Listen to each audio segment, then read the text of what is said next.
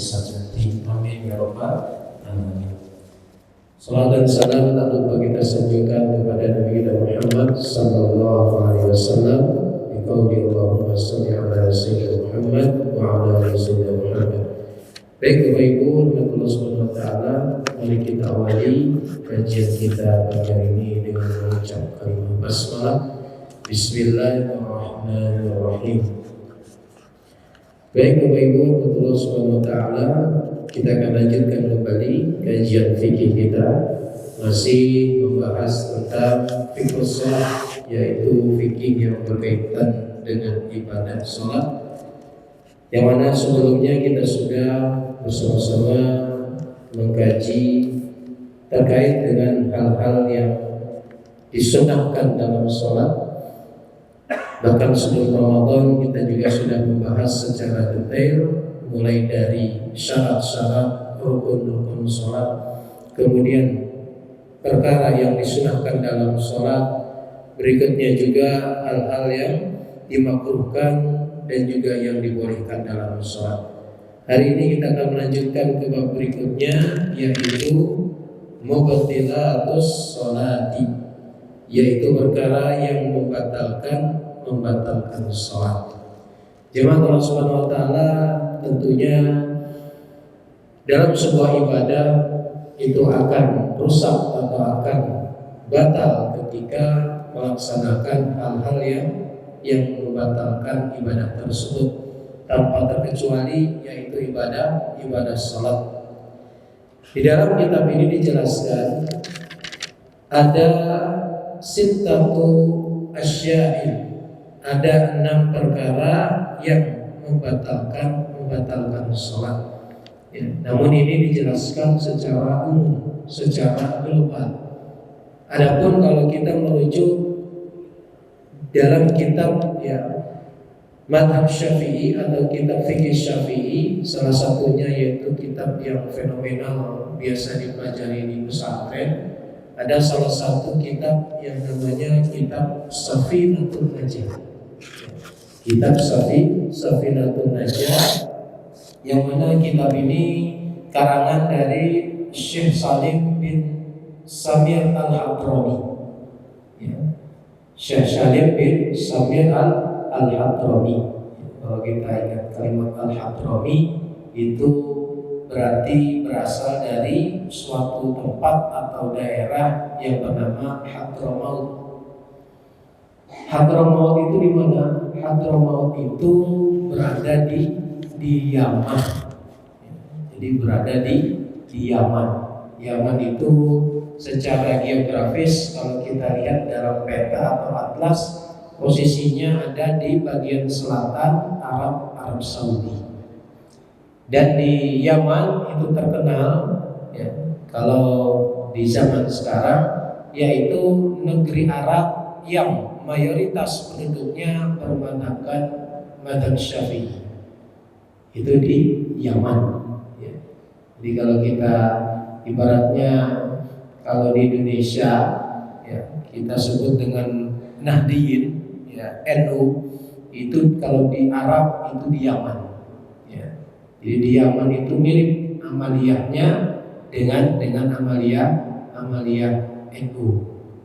Itu di Yaman. Oleh karena itu banyak dari kitab-kitab khususnya yaitu kitab tentang fikih yang digunakan di Indonesia, khususnya yaitu di kalangan pesantren-pesantren salaf, itu menggunakan kitab-kitab fikih, kebanyakan karangannya yaitu dari ulama-ulama yang berasal dari Yaman. Salah satunya adalah Syekh Salim bin Samir Al-Hadrami. Dialah pengarang kitab fikih yaitu Safinatun Najah.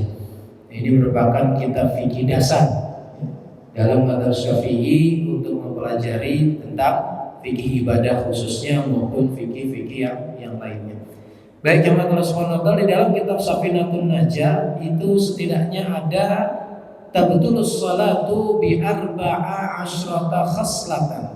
Jadi kalau dalam kitab fikih Safinatun Najah itu yang batalkan sholat ada 14 perkara. 14 Kalau dalam kitab fikih sunnah ada 6. Lah Ustaz, yang mana jadi yang betul? Dua-duanya benar.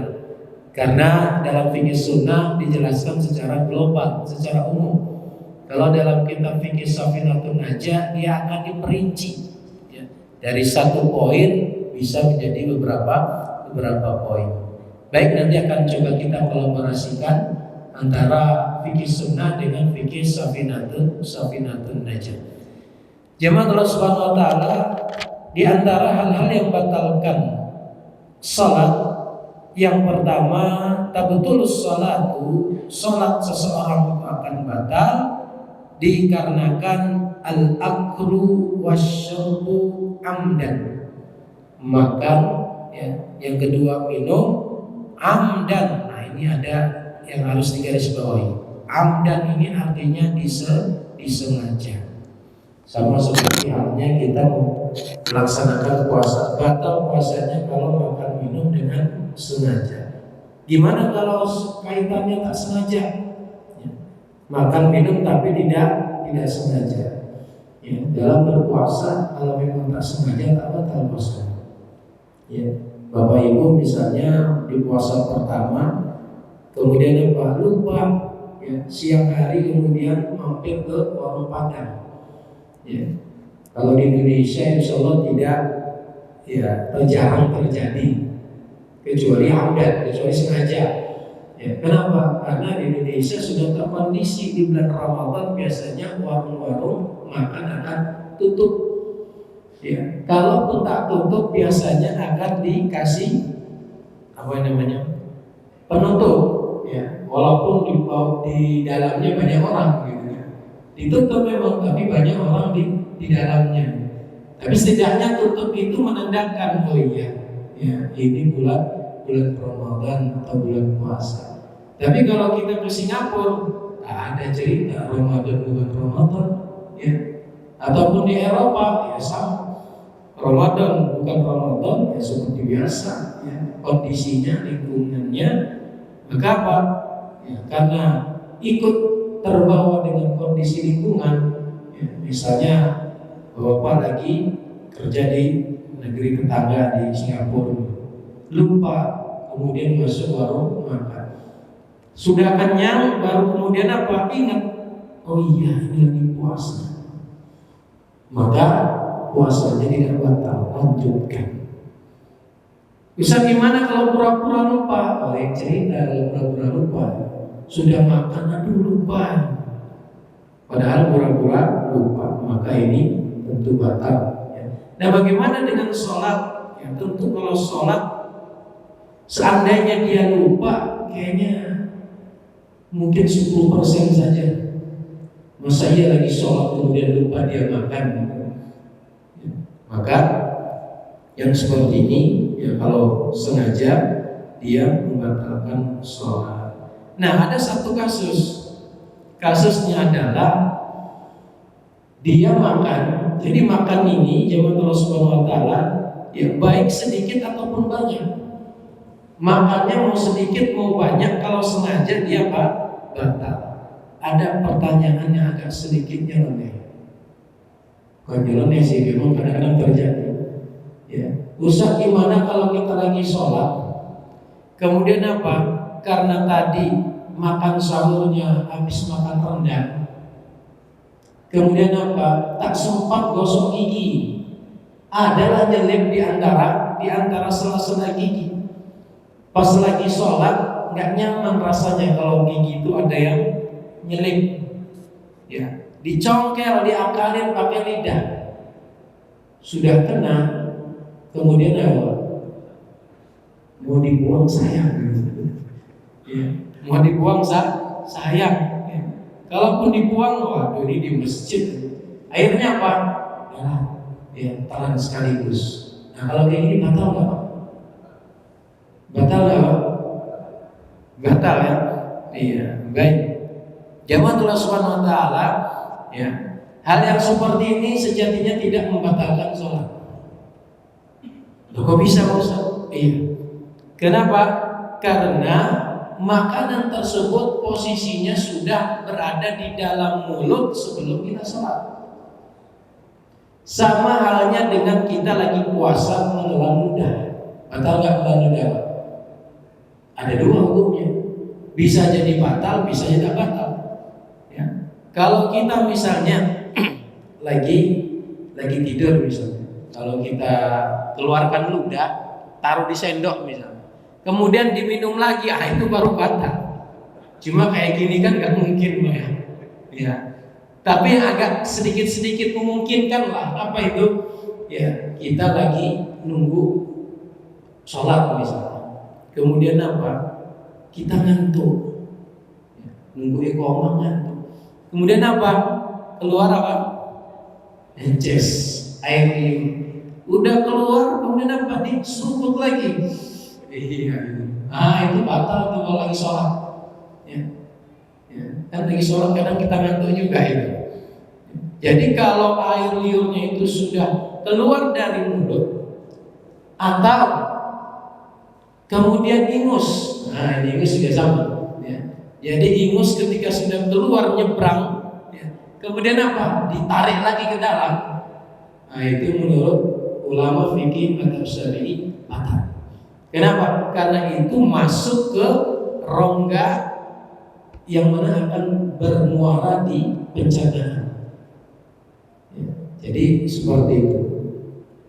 Ada perinciannya. Jadi kalau sudah masuk di dalam mulut, walaupun dimakan tak batal. Kenapa alasannya? Alasannya sebelum sholat itu sudah ada di mulut. Kecuali ya makanan sedikit tadi misalnya ada di bawah bibir. Ya, biasa kalau makan pakai tangan itu kan. Ya. Kemudian apa? Bisa nasi itu di luar, ya, nempel di bibir. Lagi sholat, ya, karena bapak-bapak buru-buru mau sholat, buka puasanya di masjid. Sebelum buka puasa sudah berwudu dulu. Kemudian apa? Makan, ternyata Pak iqamah, ya, langsung ikut berjamaah, nempel bisa satu nasi di sini. Ya. Pas lagi sholat, kayaknya ada yang ketinggalan, dimasukin, tanggung. Itu baru batal. Ya. Jadi bisa dimengerti Bapak Ibu ya. Makan dan minum secara sengaja itu membatalkan sholat. Qala Ibnul Mundhir, Imam Ibnul Mundhir mengatakan ajma'a ahlul ilmi ala anna man akala aw syaraba fi sholatil fardhi amdan anna alaihi al-i'adah. Bahwasanya sepakat seluruh ulama membatalkan hal tersebut dan wajib mengulang. Baik itu sholat fardu wa kadzalika fi sholatit tatawwu', demikian juga sholat sunnah, artinya semua sholat. Ya. Jadi seperti tadi fikihnya, jadi kalau ada di mulut kemudian ya ditelan itu tidak batal kalau sebelum sholat sudah ada di dalam mulut. Ya. Kaitannya apa? Kiasnya dengan apa? Dengan ludah tadi. Karena ludah sudah ada di dalam, maka boleh ditelan. Ya. Nah ini kan pertanyaan, kalau puasa boleh nggak menelan ludah? Gitu. Ya tadi hukumnya kalau memang sudah di dalam, ya, dan memang ludah kan di dalam, keluar dari kelenjar ludah. Kecuali kalau ludahnya dikeluarin, dimasukin lagi, ya itu batal. Tapi saran saya Bapak, ketika puasa mau menelan ludah, jangan nunggu banyak dulu di mulut ludahnya. Dikumpulin dulu di dalam, ya. Habis itu udah banyak, telan. Apalagi kalau panas terik, ya, tenggorokan kering, itu, ya. Jadi jangan seperti itu, ya. Dan gak nyaman juga kita menelan ludah banyak. Kalau sedikit-sedikit ditelan nggak apa-apa. Baik, jemaah Allah Subhanahu wa taala, itu yang pertama dan yang kedua. Ya, al-aqlu wasyurbu, makan dan minum amdan secara sengaja. Kemudian yang kedua, al-kalamu amdan fi ghairi maslahatis shalah, yaitu berbicara dengan sengaja fi ghairi maslahatis shalat, tanpa ada maslahatnya untuk sholat. Berbicara, ya, ngomong tanpa ada kemaslahatan dalam sholat, ini batal. Kalau dalam kitab Safinatun Najah dijelaskan di sini wan nutqi bi harfaini aw harfin mufhimin amdan, yaitu berucap atau berkata satu atau dua huruf yang bisa dimengerti dengan sengaja.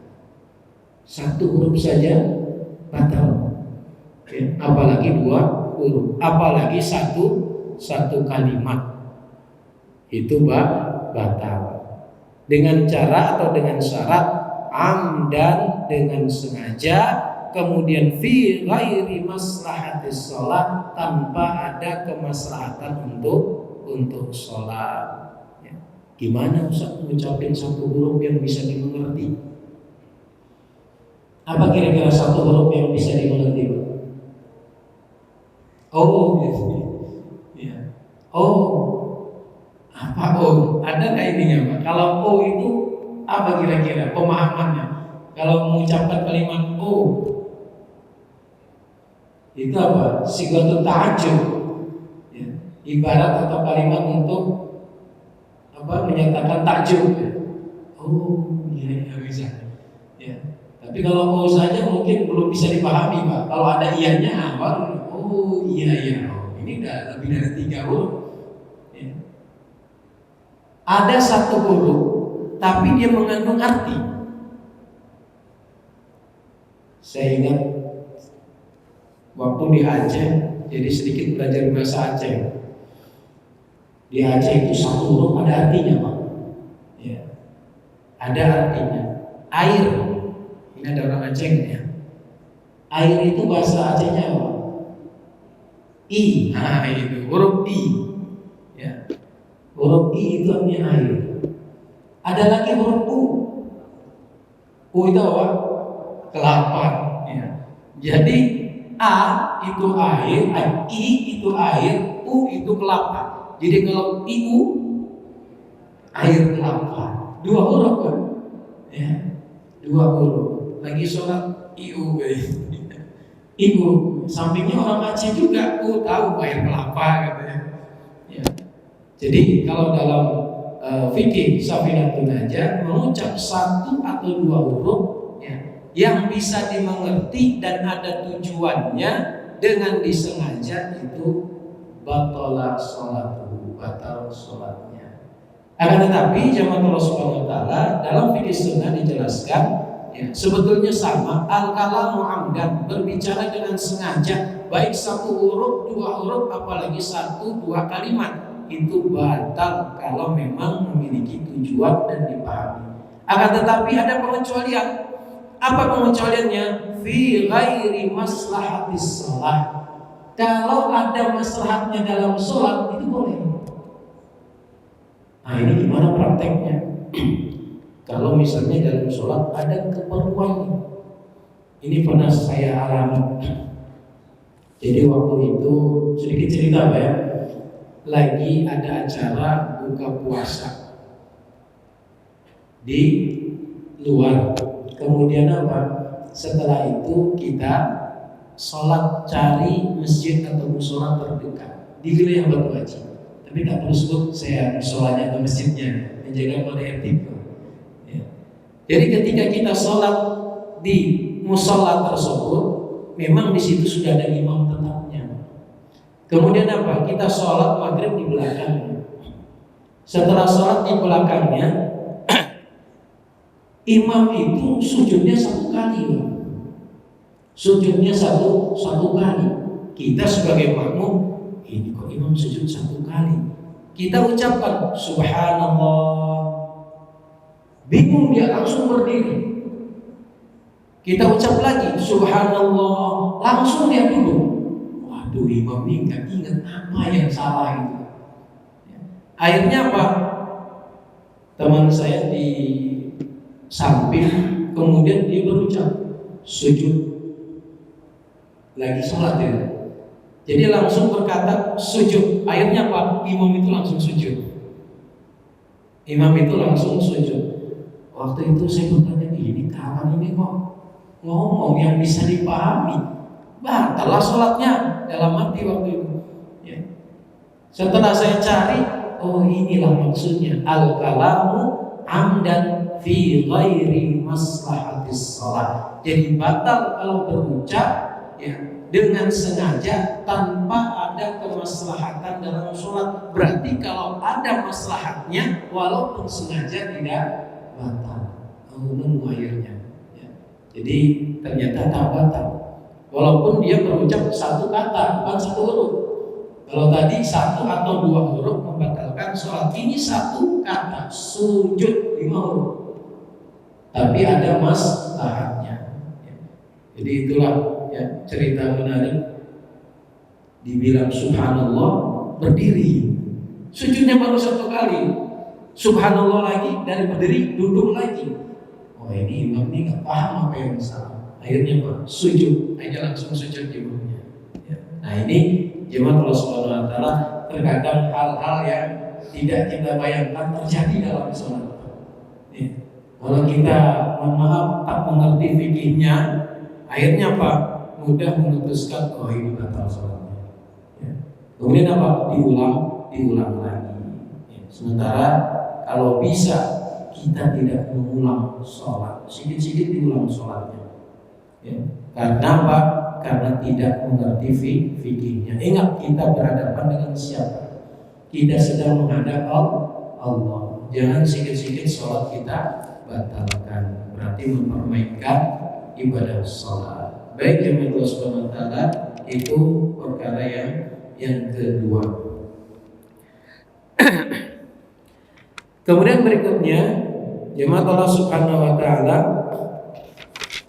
yang keempat yaitu al-amalul katsiru amdan, melakukan gerakan yang berlebihan. Katsir itu banyak, amdan yaitu dengan sengaja.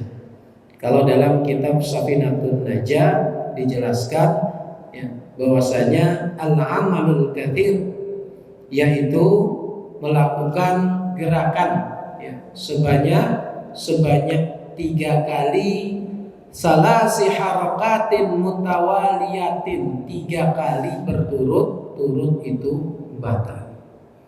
Sebetulnya sama juga dalam fikih sunnah al-amalul katsir. Nah, itu disebut al-amalul katsir, melakukan pergerakan yang banyak.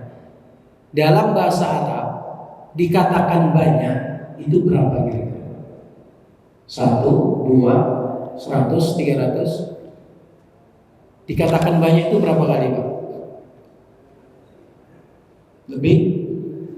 Lebih dari 1 ya. Ya. Dalam bahasa Arab dikatakan banyak itu kalau lebih dari 2 kali, itu namanya jamak. Kalau 1 namanya mufrad, kalau 2 namanya musanna, kalau 3 namanya jamak.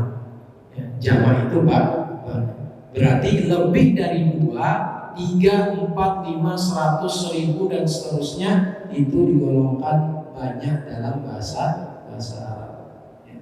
Maka dalam fikih mazhab Syafi'i, ya, ketika melakukan pergerakan yang banyak berarti lebih dari 2, 3, 4 dan seterusnya itu membatalkan sholat. Akan tetapi ada ilatnya. Ilatnya apa? Yaitu amdan, dengan sengaja. Waqad ikhtalafa al-ulama fi dhabitil qillah. Seluruh ulama sepakat terkait dengan batalnya sholat karena melakukan banyak pergerakan. Akan tetapi ikhtilafnya para ulama adalah fi dhabitil qillati, terkait dengan sedikitnya itu berapa banyak, wal kasratunya dan banyaknya juga itu berapa. Ya. Maka tadi didetailkan oleh fikih mazhab Syafi'i, karena yang namanya banyak dalam bahasa Arab itu lebih dari 2, maka lebih dari 2 kali itu batal sholatnya. Akan tetapi lain cerita ketika apa? Ketika fi maslahatis sholat, dalam hal adanya kemaslahatan dalam sholat. kemaslahatan dalam sholat. Seperti kemarin disampaikan bagaimana Rasulullah membukakan pintu ketika istrinya Aisyah ya, mau masuk ke rumah tapi pintunya terkunci. Ketika Rasulullah sholat mendengar ketukan pintu Aisyah mau masuk rumah, ya, walaupun Rasulullah harus berjalan menemui ataupun menyambangi pintu tersebut, bahkan membukanya ini tidak batal. Ya, tapi yang kayak gini jangan sering-sering, Pak. Ya, jangan sering-sering. Ya. Kenapa? Karena tentu sebelum sholat kita harus persiapan dulu. Makanya kenapa ada syarat-syarat sahnya sholat. Jadi dilengkapi dulu. Ada syarat, ada rukun. Masih ingat Pak? Ada syarat, ada rukun. Apa perbedaan dan persamaannya? Kalau persamaannya, syarat itu wajib dikerjakan. Rukun juga sama. Rukun juga harus wajib dikerjakan. Kalau meninggalkan salah satu syarat atau rukun sholat, maka tak sah sholatnya. Yang membedakan adalah kalau syarat dikerjakan qabla sholati, sebelum sholat. Kalau rukun inda sholati, ketika kita sedang sholat. Apa contohnya syarat sahnya sholat?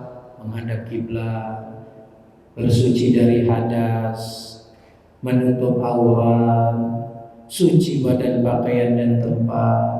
Itu sebelum atau setelah atau ketika? Sebelum. Ya, sebelum sholat kita bersuci dulu dari hadas, berwudu atau mandi kalau hadas besar. Kemudian apa?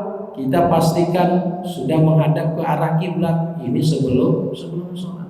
Menutup aurat juga demikian. Ya, dan seterusnya. Jadi itu syarat, itu sebelum. Kalau rukun ketika sedang sholat. Baik jemaah Allah Subhanahu wa taala, jadi yang keempat al-amalul katsir amdan, bergerak dengan sengaja tanpa kemaslahatan dalam sholat, itu batal sholatnya. Kemudian yang kelima, tarku ruknin aw syartin amdan biduni udrin, meninggalkan salah satu rukun atau syarat sholat amdan dengan sengaja biduni udrin, tanpa adanya uzur. Nah tadi yang saya sampaikan ya, tanpa adanya uzur. Tadi syarat harus dikerjakan. Nah kita akan bahas terkait dengan rukun. Sebagaimana dalam hadis dijelaskan, lama rawahul Bukhari wa Muslim, anna Nabiyya sallallahu alaihi wasallam qala lil a'rabi alladzi lam yuhsin salatuhu. Rasulullah pernah menegur ya, seorang Arab Badui, A'rabi namanya. A'rabi ini artinya apa? Orang kampung. Ketika sholat yang tidak sempurna, maka kemudian Nabi tegur orang A'rabi setelah dia sholat, irji fasalli fa innaka lam tusalli. Kata Nabi, balik lagi, ulangi lagi sholatmu karena sesungguhnya kamu belum sholat. Ya. Kenapa Nabi mengatakan demikian? Ya, dalam Asbabul Wurud hadis tersebut dijelaskan bahwasanya orang A'rabi tadi tidak mengamalkan ataupun tidak melaksanakan rukun sholat, salah satunya adalah tumakninah. Apa itu tumakninah? Berhenti sebentar. Ya. Baina ruknin, antara rukun-rukun sholat. Jadi jangan buru-buru kalau sholat. Kenapa? Karena ada rukun yang tertinggal. Apa itu? Tumakninah. Ya. Kemarin kita sudah bahas tumakninah ya. Tumakninah itu bagaimana sih batasan kita sudah dikatakan tumakninah? Walaupun kondisinya gerakannya cepat. Nah ini baru kita pahami. Ya, bukan berarti orang yang sholatnya cepat itu tidak tumakninah. Ada yang mengatakan, ini sholatnya cepat-cepat, ya, nggak tumakninah dia, nggak sah sholatnya karena tumakninah rukun sholat. Kita tidak boleh menjudge seperti itu. Tumakninah, ya Pak. Jadi bukan berarti cepat itu tidak tumanina, karena ada standarisasi tumanina itu seperti apa. Contoh sujud, ya sujud misalnya Allah, ada berapa anggota sujud Pak? Ada berapa anggota sujud? Ada 7. Ya, yang sebelah nampak. Ada 7, ya, yaitu kening, 2 telapak kanan dan kiri, 2 lutut kanan dan kiri, dan jari-jari kanan dan jari-jari kiri harus disentuhkan di tempat sujud. Jadi dikatakan sujudnya tumanina kalau anggota sujud tadi sudah nempel semua. Kalau ada yang belum nempel berarti belum tumanina. Contoh misalnya kening nempel, kedua telapak tangan kanan kiri nempel, kemudian ruku nempel, tapi jari kaki belum nempel, masih ngangkat. Nah, saya praktek. Allah. Kakinya masih ngangkat. Ini belum tumanina. Ya. Dan bisa dipahami Bapak Ibu? Jadi tumanina itu batasan minimalnya seperti apa? Kembalinya anggota sholat kita, kalau sujud berarti anggota sujud kembali ke tempat semua. Tapi kalau belum kembali, contoh ruku tadi, harusnya punggung sudah begini, ini baru begini. Allahu Akbar, Sami Allah. Nah, jadi posisi masih miring, sudah naik lagi. Kenapa? Karena imamnya cepat-cepat berusaha, jadi menyesuaikan. Nah, itu tidak tergolong tumanina. Bisa dipahami Bapak Ibu? Iya. Jadi ini saya sampaikan supaya kita tidak mudah menjustifikasi, memvonis, oh itu nggak tumanina. Kata siapa nanti dulu? Standarisasi tumanina itu seperti apa? Kenapa kita bahas? Karena ini termasuk rukun sholat. Kalau tak dikerjakan bisa membatalkan. Baik, satu lagi. Yang keenam, at-tabassum wad-dhahaku fi shalah. At-tabassum wad-dhahak yaitu tertawa. Ya. Tertawa ketika sholat. Namun di sini ada sedikit ikhtilaf para ulama terkait dengan ketawa. Bagaimana kalau ketawanya itu adalah ketawa ringan, yang kita sebut dengan senyum, ya senyum. Lagi sholat senyum Pak. Ya, ulah misal kenapa dia lagi sholat senyum? Ya. Mungkin habis sholat yang mau dikasih hadiah, jadi senyum senang. Ya. Dengan ad-dhahaku yaitu tertawa, ya. Yang apa bedanya senyum dengan tertawa Pak? Ya, kalau senyum itu tak mengeluarkan suara, kalau tertawa mengeluarkan suara. Ya. Jadi sesuai dengan dalam kitab fikih Safinatul Najah berbicara 1 atau 2 huruf dengan sengaja, ya, ketawa, ha, ya, berarti batal sholatnya. Kenapa? Karena tertawa.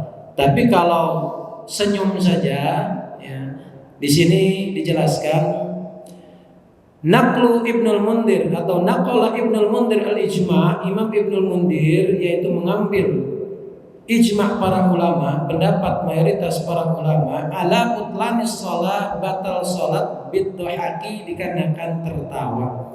Qala An-Nawawi, Imam An-Nawawi mengatakan wa huwa mahmulun ala man bana min harfani. Kalau tertawanya itu lebih dari dua huruf. Wa qala aksarul ulama, mayoritas ulama mengatakan la ba'sa bitabassumi, tidak apa-apa kalau sekedar senyum. Jadi kalau senyum tak batal, kalau tertawa itu batal. Baik jemaah Allah Subhanahu wa taala, itulah 6 perkara yang dijelaskan dalam kitab fikih sunnah terkait dengan hal-hal yang membatalkan salat. Walaupun di dalam fikih Safinatul Najah itu itu ada 14 ya. Ini adalah rincian ya, dengan detail dari 6 hal yang membatalkan sholat tadi. Mungkin sedikit sebelum kita tanya jawab dari fikih Safinatun Najah yang 14 tersebut. Yang pertama al-hadasu, yaitu berhadas baik besar dan kecil. Kemudian yang kedua biwuqu'in najasati, terkena najis ya, baik di badan atau pakaian. In lam tulqa halan min ghairi hamlin, jika tidak cepat-cepat dibersihkan. Jadi kalau ada najis ya, kalau tak cepat dibersihkan itu membatalkan sholat. Kemudian yang berikutnya inkisyafil aurah, terbukanya aurat. In lam tustar halan ya, dan tidak segera ditutup ya. Makanya kalau pas sholat misalnya ada angin, terbuka sarungnya ya, kena angin sarungnya, kemudian apa ya, kelihatan lututnya, maka kalau turun lagi sarungnya itu tidak batal ya. Susah gimana kalau anginnya berhembus 30 menit misalnya ya, maka batal. Kenapa? Enggak cepat tertutup. Kemudian berikutnya yang keempat wanutki biharfaini aw harfin mufhimin hamdan, berucap 1 atau 2 huruf yang bisa dimengerti dengan sengaja, itu juga batal. Kemudian wabil muftiri amdan, melakukan dengan sengaja hal-hal yang membatalkan puasa. Jadi yang membatalkan puasa juga membatalkan sholat. Kemudian yang keenam yaitu al-aklul katsir, makan yang banyak ya. Jadi kalau sedikit boleh dengan syarat apa? Makanan itu sudah ada di dalam mulut ya. Gimana kalau sudah ada di dalam mulut tapi 2 sendok misalnya ya. Udah 2 sendok karena imamnya sudah ya udah iqamah, langsung aja Allahu Akbar. Kata Pak Ustaz, kalau sebelum sholat sudah di mulut boleh ditelan. Itu kalau sedikit. Kalau 2 sendok ya nanti batal bagi sholat, punya kan. Kemudian berikutnya mana tadi?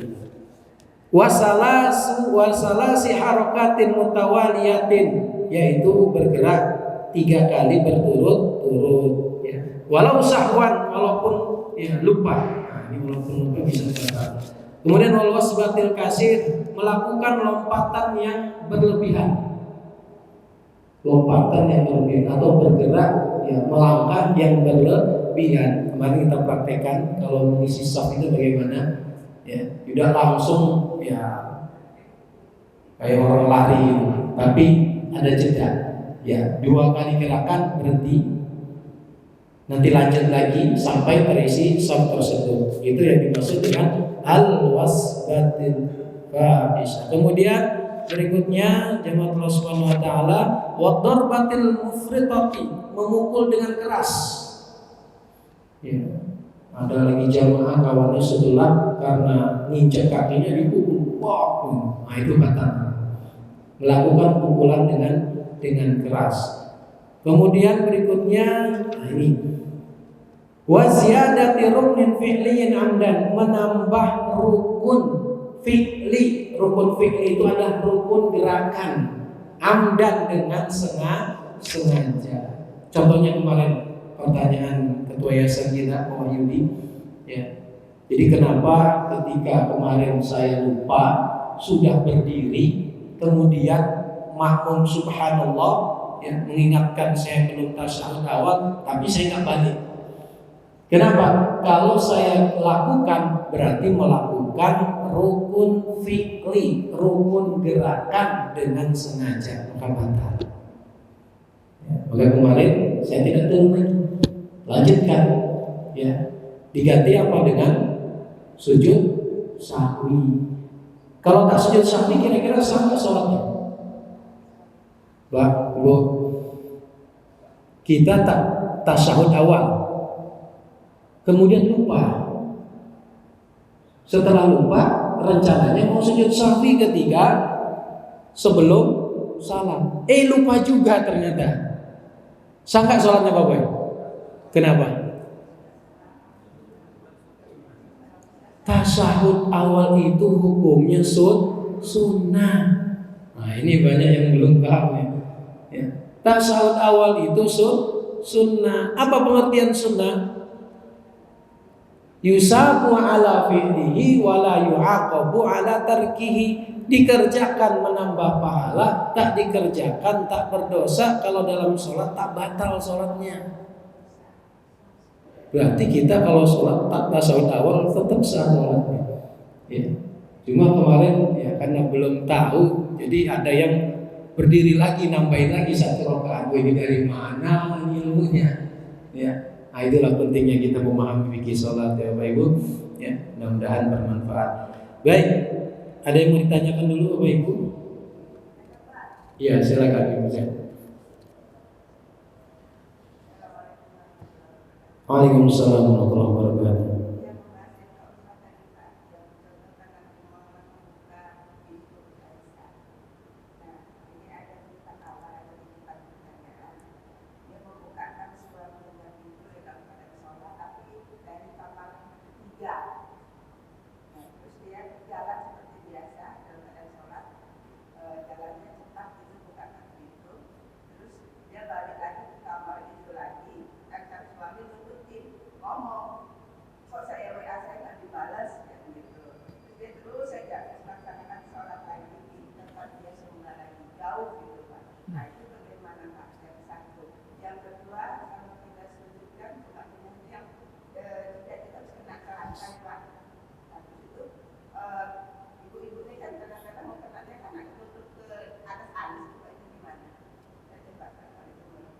Waalaikumsalam warahmatullahi wabarakatuh. Baik, pertanyaan pertama ya terkait dengan hadis yang pernah disampaikan membukakan pintu untuk Aisyah. Gitu.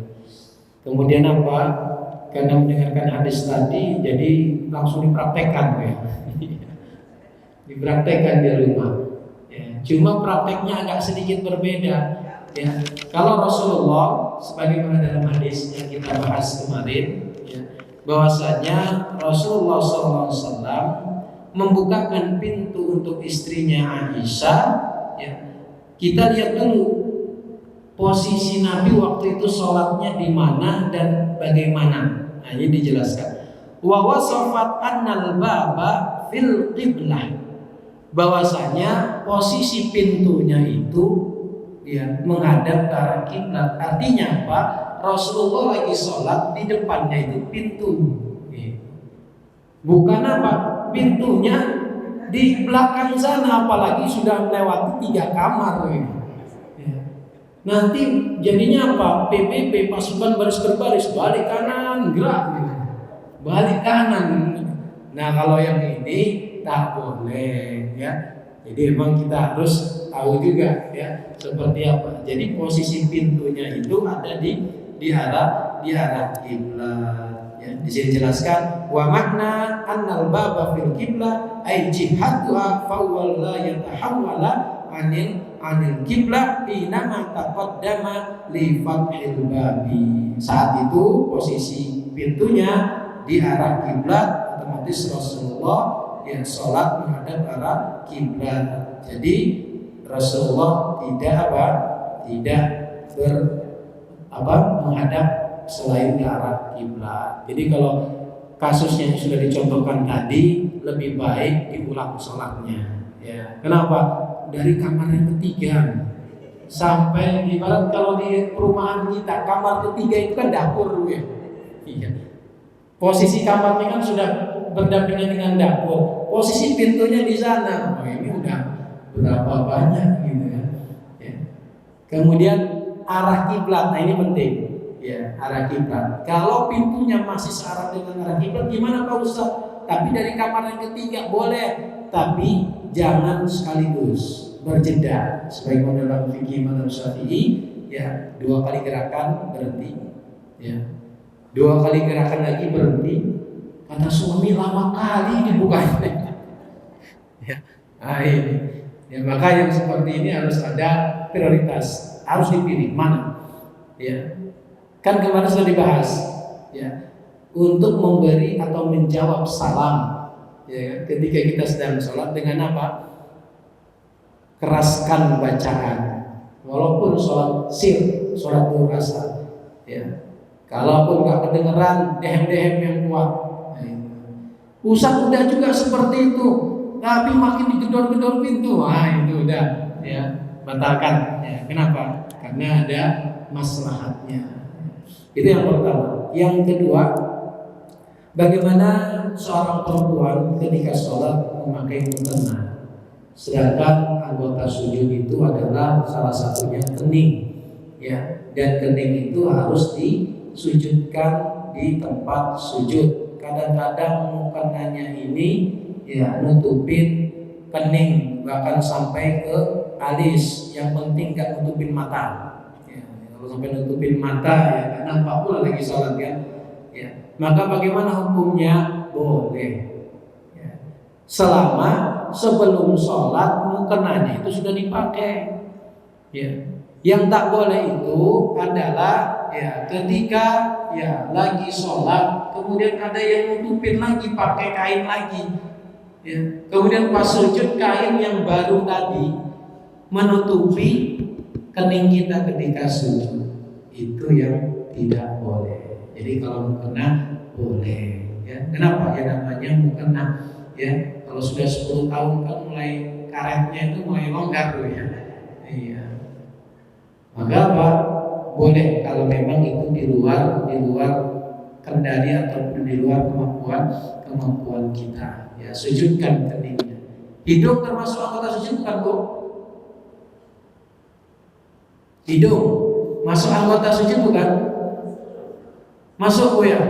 Iya. Pak, hidung masuk anggota sujud bukan, Pak? Masuk. Pak Boy, hidung masuk anggota sujud nggak, Pak Boy? Otomatis. Otomatis maksudnya gimana?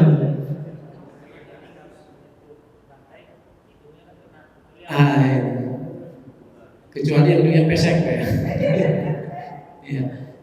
Ya, jadi dalam fikih hidung itu bukan anggota sujud. Anggota sujud kan 7, 1 kening, 2 dan 3 telapak kanan kiri, kemudian 4 dan 5 lutut kanan dan kiri, 6 dan 7 jari-jari kaki kanan dan kiri. Tidak masuk itu. Ya. Makanya kenapa tidak masuk tadi mengakomodir yang hidungnya pesek, Pak? Ya. Kalau sujud hidung pesek nyentuh. Ya. Bapak Ibu yang mancung aman gitu. Ya. Makanya tadi dijawab Pak Boy, kalau keningnya ini disujudkan dengan sempurna, otomatis hidung ikut. Maksudnya apa? Jadi keningnya ini ditempelkan semua. Kadang-kadang ada yang sujud hanya ininya saja. Ya. Ininya saja yang disujudkan. Akhirnya apa? Hidung tak nempel. Nah, aku lihat hidung bukan termasuk anggota sujud. Tapi ketika sujudnya sempurna, maka hidung akan ikut bersujud alias nempel. Jadi mungkin itu jawabannya. Ada lagi, Bapak Ibu? Ya, Pak Sen. Yang pertanyaan kemarin dari negara. Iya. Kita sahabat sudah ada panggilan. Yang kedua mungkin kita dipanggil untuk masuk sahabat. Kalau kita sebagai imam, apa kita membatalkan atau kita jamak atau kosong supaya cepat mengejar termasuk ke sana? Iya. Bagaimana kalau kita posisinya sebagai imam? Nah, ini yang repot nih, Pak. Ya, kemarin dijelaskan boleh kita niat mufaraqah, niat memisahkan diri dari jamaah. Jadi tidak mengikuti imam, sholat sendiri walaupun tetap di dalam sholat tersebut. Yang repot kalau imam, kita jadi imam. Waduh, gimana ini? Ya, kita niat mufaraqah pun jamaah nggak paham. Ya, nanti nggak mungkin kita bilang, makmum saya mufaraqah ya, sholat sendiri-sendiri. Nah itu udah batal. Maka apa yang harus dilakukan? Batalkan sholatnya imam, persilahkan makmum di belakang untuk maju melanjutkan sholat jamaah. Dia bisa sholat sendiri, ya. Di samping tadi, ya, dia melaksanakan sholat sendiri. Mungkin itu pilihannya, Pak. Ya, karena tadi posisinya dilematis, dia jadi imam, gitu kan? Ya, mau niat mufaraqah, ya gimana? mabuk apa gitu kan. Ya, maka ya bisa mengambil kemarin yang dijawab oleh Bu Zen, ya, batalkan sholat, nanti sholatnya di pesawat misalnya. Nah, itu menjadi solusi terbaik gitu. Jadi terkadang situasi dan kondisi itu dalam fikih sangat mempengaruhi suatu hukum, ya. Sangat mempengaruhi suatu hukum, situasi dan kondisi. Baik, terima Allah Subhanahu wa taala. Cukup insyaallah ya. Ya, masih ada 1 hari lagi besok, ya. Insyaallah kita akan bahas tentang kaifiyah atau hal-hal yang berkaitan dengan sholatul jamaati, sholat berjamaah. Karena ini yang sering kita dapati, lagi sholat berjamaah itu ada aja hal-hal yang aneh gitu, ya, yang kita temukan. Nah, kira-kira ketika kita temukan hal tersebut, apa yang harus kita lakukan? Ya, insya Allah kita akan bahas di esok hari. Mudah-mudahan Allah berikan keistiqomahan untuk kita semuanya dalam menghadiri majelis-majelis ilmu, khususnya di Masjid At-Taubah, insya Allah. Kita akhiri dengan berucap doa, subhanakallahumma wa bihamdika asyhadu an la ilaha illa anta astaghfiruka wa atubu ilaik. Wal 'afwu minkum. Wassalamualaikum warahmatullahi wabarakatuh.